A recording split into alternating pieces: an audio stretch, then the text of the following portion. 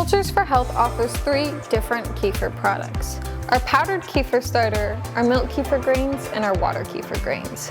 Today we're going to be doing part 2 in a 3-part series of how to activate, maintain, and flavor your milk kefir grains. We love milk kefir because there are so many things you can do with it. You can treat it like a yogurt or like a cheese, which means your options are endless for smoothies, for hanging and having a nice smooth chev consistency, or having a crumbly cheese.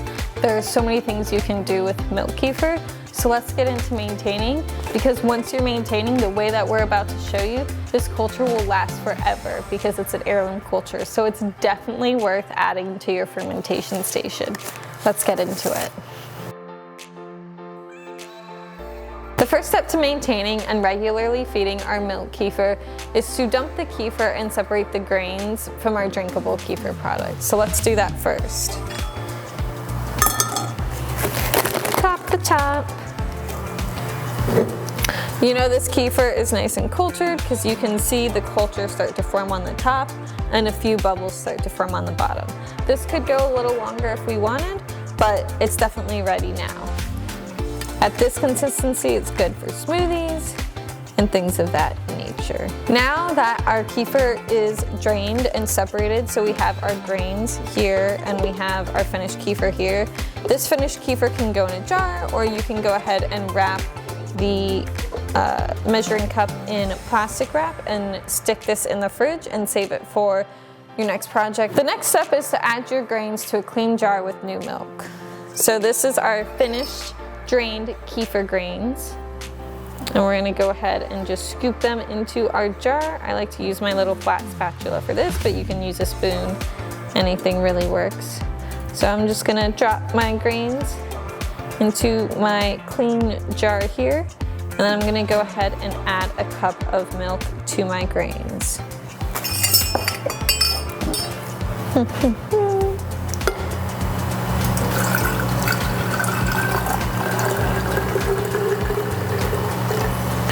There it is. You're going to cover your jar and you're going to ferment for 18 to 24 hours.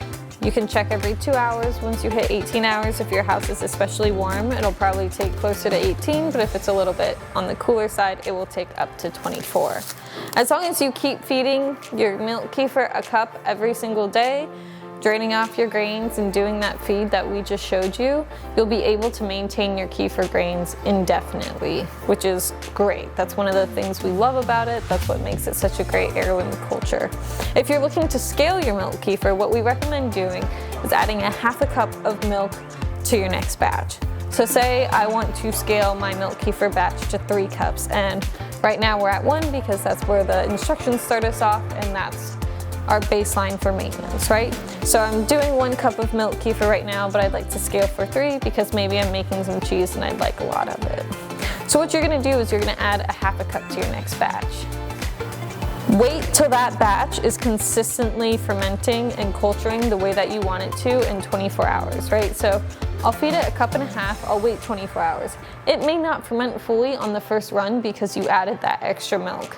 So still drain it and refill the jar with another cup and a half of milk, and eventually your grains should catch up with that extra half cup and they should be able to ferment that fully. Once they're fermenting that fully consistently, then you can move up to 2 cups, 2.5 cups, and then on to 3.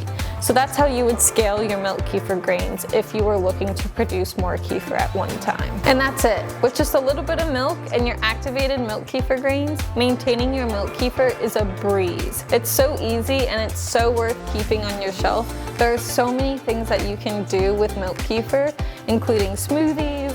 You can eat it like a yogurt, you can hang it and make some soft cheese or some crumbly cheeses with it. You can make dips with it. There's so many things that you can do with your milk kefir. If you want inspiration outside of our next video, which is going to show you how to flavor it and do a few of those things, we'll talk you through a few of those recipes. But if you want inspiration now, check the recipes in the link below. And don't forget to share your results with us. We love watching you guys learn, share, and develop your own recipes, so don't forget to tag us on Instagram, Facebook, and TikTok. Happy fermenting!